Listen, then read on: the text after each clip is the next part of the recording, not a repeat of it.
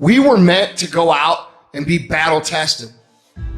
We were meant to go out and grow over the course of getting our asses beat day in and day out.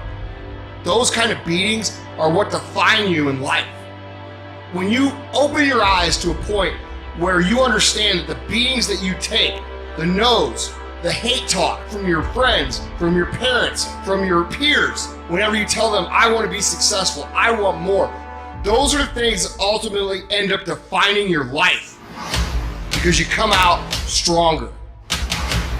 No matter what direction you take in life, there are going to be days where you do not feel like doing anything.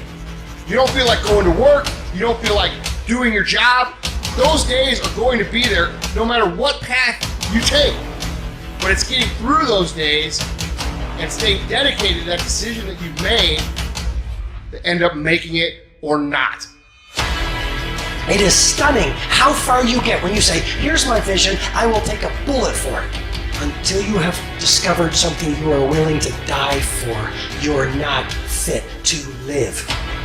Are you so emotionally, visually invested in your vision for the rest of your life, in your business, in your health, in your humanity, in your giving, in your family, in your service to the world, that no matter what happens, you take a bullet for it? Think about grit.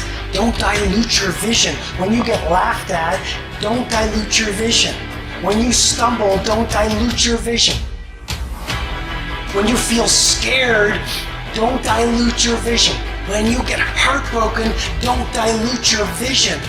When you're on the top of the mountain and everyone's saying you're best, don't dilute your vision. When you're in the valley of pain and darkness and frustration and you feel like giving up, don't dilute your vision. And don't just do it for yourself. Do it for your family. Do it for your team. Do it for what it makes of the world, because you are one of the rare souls who didn't listen to the voice of their fear. Instead, you exercise the bravery to roll up your sleeves and get the job done.